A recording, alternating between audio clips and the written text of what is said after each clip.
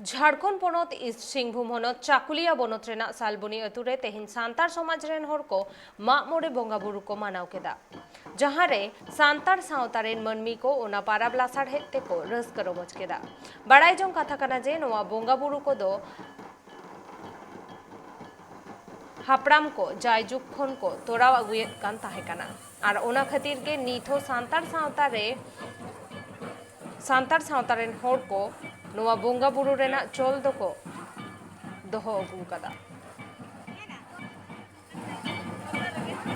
नोडे दो तेहेन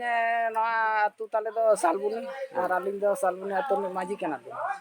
तेहेन दो आले मागमोड़े बकराते ले सर्दी महा कान ताले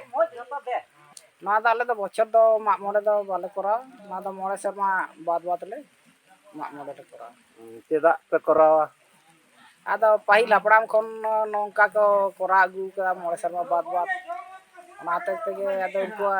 आरिचाली से अब संतार समाज ना आरिचाली को बांग ले बागी दाड़िया कना बोंगा बुरु दो लाभ अंश दो हेना गया से आर लाभ अंश ले ᱧᱟᱢᱮᱫ गया ओनाते गेले बोंगा बुरु कना आर आले हो शांतिपूर्ण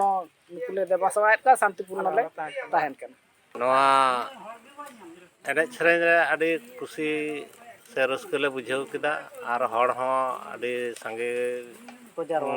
जारवा लेना एने सेरेन ते सनाम हड़ के को रस्क खुशी को बुझाव के बोंगा बुरु हो आडी संगे के को हेज लेना आदो सदाय माने आरिचाली हिसाब से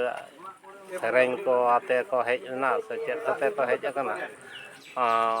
ओना दो आले विश्वास मेना जे नोआ को सेरेन लेखान दो माने बोंगा बुरु को आड़गो हिजुआ सेरेन सेरेन